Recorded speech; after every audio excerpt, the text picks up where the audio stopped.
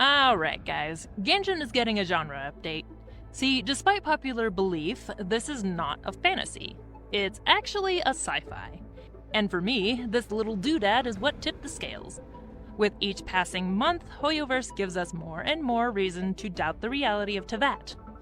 The facts can quickly stockpile into a mountain, but to prevent frostbite, I will try to streamline the info dump. We'll first discuss Sanhaj, Traveler, then the core of the matter at Irminsul, and maybe figure out what's going on with roses. Sound good?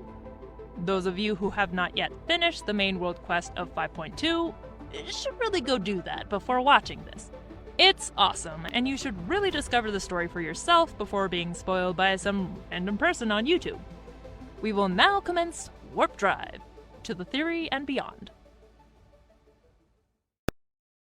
In our most recent limited event, we received the sword Calamity of Eshu. The description basically gives us the origin story of Sanhaj. If you don't know, that's Auroran's original ancient name bearer. Like two peas in a pod, Sanhaj also had a fractured soul. But unlike our teenage Batman, the elders of the tribe instead sends child Sanhaj into the Night Kingdom to seek out the fragment of his soul. A perilous journey filled with monsters and danger. These guys are really horrible people.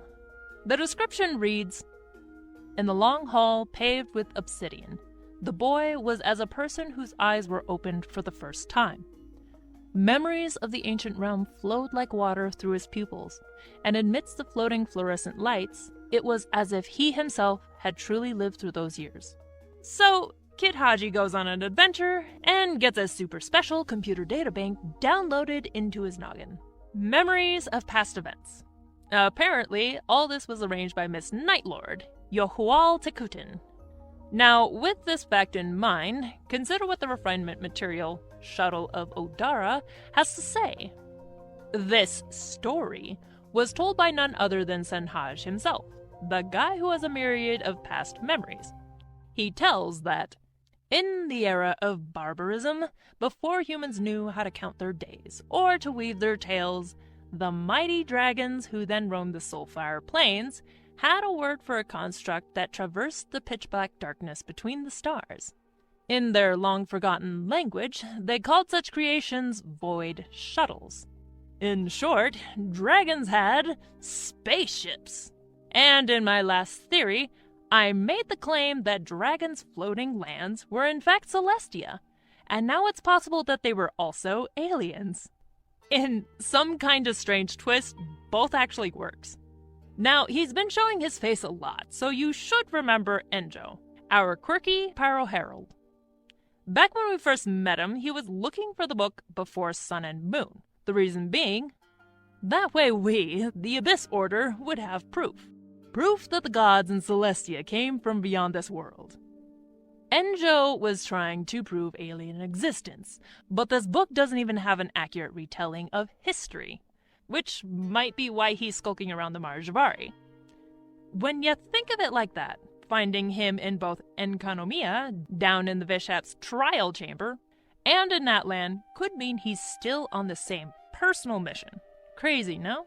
But back to the ancient dragons. One of the devices they had was jetpacks, or rather, mechanical wing apparata for travel. I'm assuming one of these was the ancient technology T'Pol was studying while creating his phlogiston wings. As a funny side note, these jetpacks use refined phlogiston for fuel. It's kind of like gasoline in a way, or like fossil fuels, which come from dinosaurs, and phlogiston, well, comes from dragons. Anyways, now the description of the void shuttles should be of keen interest to you. Blazing javelins that could pierce anything, even a veil thick enough to enshroud an entire world. Or a spaceship that could pass through the fake sky. I wonder if it wasn't so much punching literal holes in the sky, as much as knowing where the doors were and having access to them. But I'm more concerned about this blazing javelin part. To a barbaric age of humanity, how would they describe, say, a shooting star? You've seen this clip of the twins arriving on Teyvat, flying like two stars over Mondstadt. Could this be described as a blazing javelin of light, perhaps?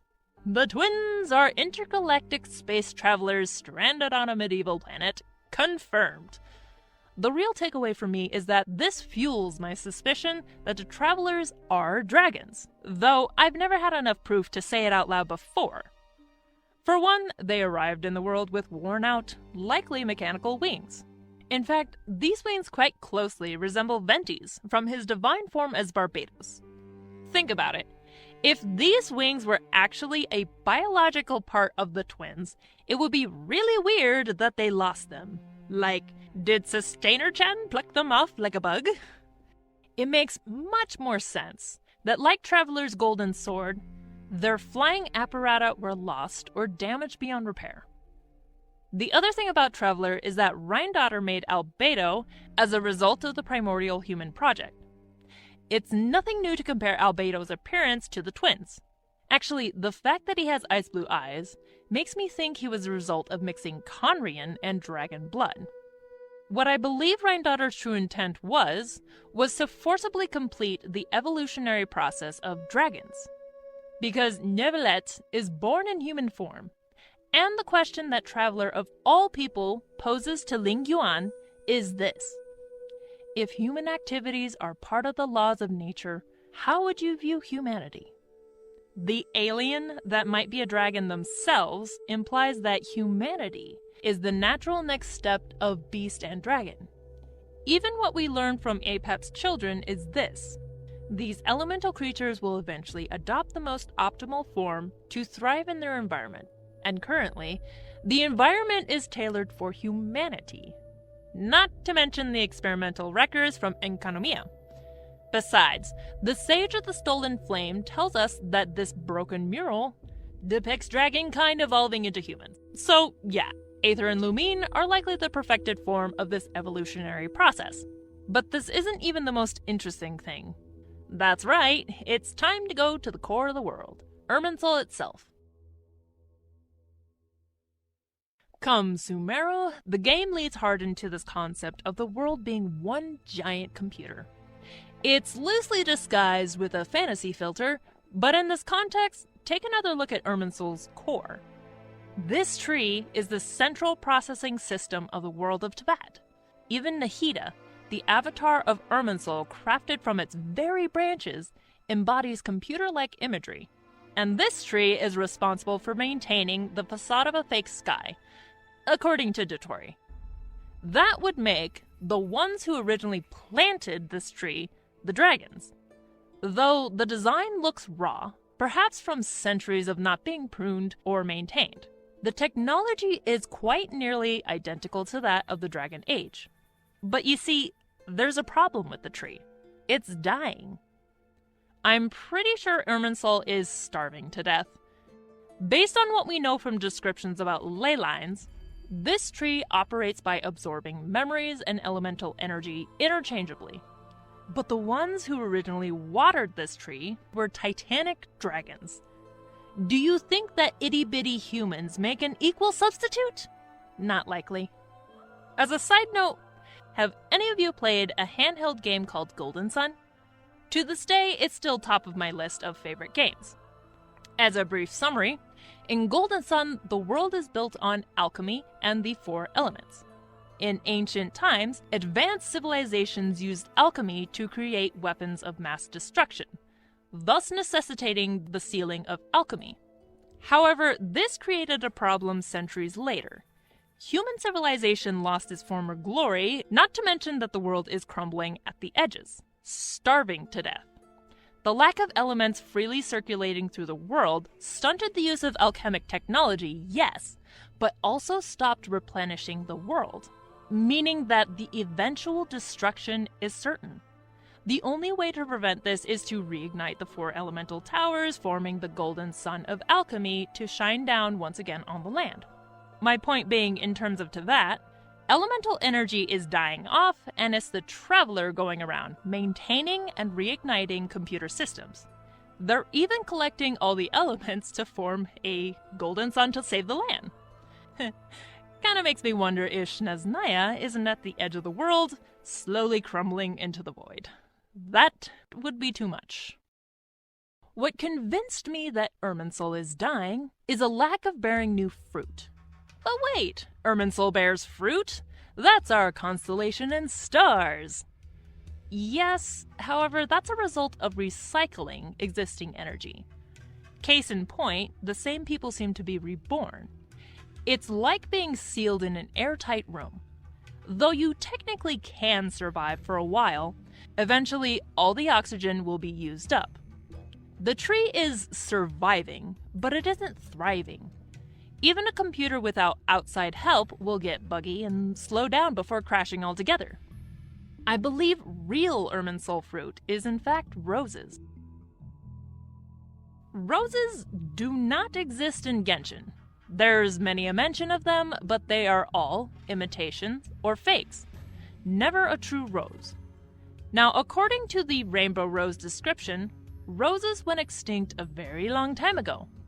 It reads, "Rainbow-colored roses were once a common sight. Their bright colors could almost rival the blazing flames of the seven heavens. This flower has gone extinct." The use of rainbows and flames together should fire off those neurons come Natlan. Here's what I'm getting at. Roses used to grow on Irminsul, and they shined with every color of elemental energy, just like how phlogiston does. The reason why they're extinct is because Irminsul is dying. The world tree doesn't have the energy to grow roses anymore. If you're not convinced, just look at the Mimi flora. If you've touched grass any time in the last century, their shape should look familiar. They match the shape of rose buds, but they don't take on this shape until absorbing memories from the ley lines from Irminsul. And more than that, they match something else. This core-like form is nearly identical to the main core of the Akasha system in Sumeru, a device created by the former avatar of Irminsul. She created an Irminsul seed, or at least an imitation of it. And yes, Sumeru and its people are linked to roses. The name of the second act of Sumeru is called The Morn a Thousand Roses Brings. Don't tell me that's a coincidence. Just don't. And this further corroborates that thing I said the other time, that Alice and the Gal Pals are closely tied to dragons? Actually, it ties them to Irminsul, but in this case, Irminsul is a dragon biocomputer making the gang a group of shut-in hacker nerds. But I, for one, am satisfied to finally have an answer about these secret roses. And this puts a few things in a new light. For instance, using skynails to purge abyssal viruses. Yeah, I'm kind of looking at the parable of the gardener going, did the king cut pieces of Irminsul off to make skynails in order to repair his home, aka the bubble colony of Tevat? That just sounds like a really bad thing to do to a dying tree, you know? Here's the conclusion I came to. Genshin Impact is a story that's a mix between Metroid Prime and Tales of Arise. I could list like 5 other stories, but I'm trying to keep it simple, yeah?